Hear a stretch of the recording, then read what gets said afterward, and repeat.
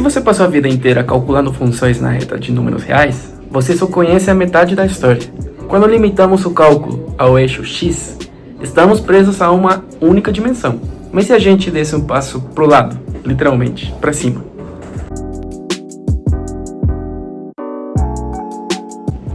Esse é o plano complexo ou plano de Argand-Gauss. Aqui, um número não é só um ponto numa linha, ele possui magnitude, direção e é composto por partes real e imaginária. Mudar o cenário para o plano complexo expande nossos horizontes, mas isso tem um preço. Calcular as derivadas aqui não são tão simples. E é aí que entram dois gigantes da história da ciência, Cauchy e Riemann.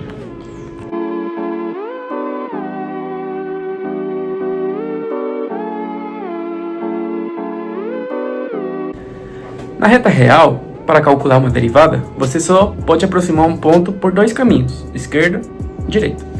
No plano complexo, estamos imersos em duas dimensões.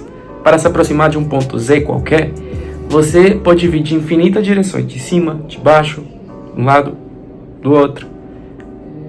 Muitas curvas.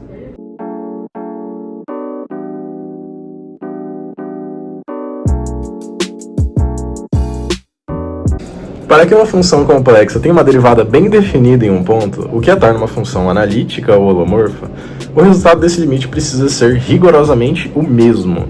Não importa qual caminho mirabolante você escolha para aproximar z do zero. Parece uma exigência geométrica, quase impossível de se cumprir, mas é sobre essa restrição absurda que a mágica acontece. Então, vamos abrir essa caixa preta. Qualquer função complexa, f de z, pode ser dividida em duas funções reais de duas variáveis. Uma parte puramente real, que chamamos de u x de y, ou seja, depende de x ou de y, e uma parte imaginária, v de x de y.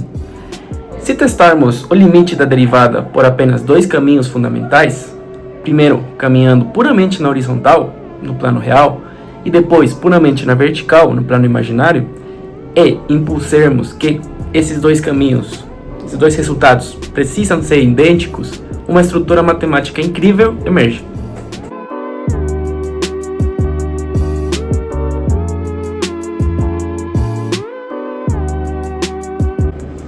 Estas são as equações de Cauchy e Riemann. Elas estabelecem as condições necessárias para a existência da derivada complexa. Elas amarram o comportamento da parte real ao comportamento da parte imaginária, de uma forma perfeitamente simétrica. Funções que satisfazem Cauchy e Riemann preservam os ângulos locais, ok? Um resultado muito bom. Se duas linhas se cruzam a 90 graus no plano original, suas respectivas curvas no plano de destino continuarão se cruzando exatamente a 90 graus, após a aplicação da nossa função f de z.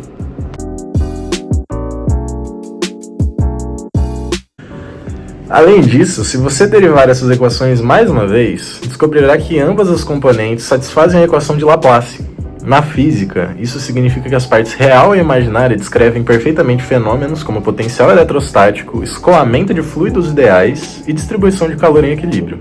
E é por isso que essa matemática é tão profunda. Então, da próxima vez que você olhar para o plano complexo, lembre-se, ela não é só um truque algébrico para lidar com raízes negativas. O cálculo complexo impõe uma harmonia tão rígida entre as dimensões que, quando a função é diferenciável no ponto, ela ganha propriedades de simetria que as funções reais nunca conseguiriam alcançar. Cauchy e Riemann nos mostram que, no universo complexo, a total liberdade de caminhos gera uma ordem absoluta.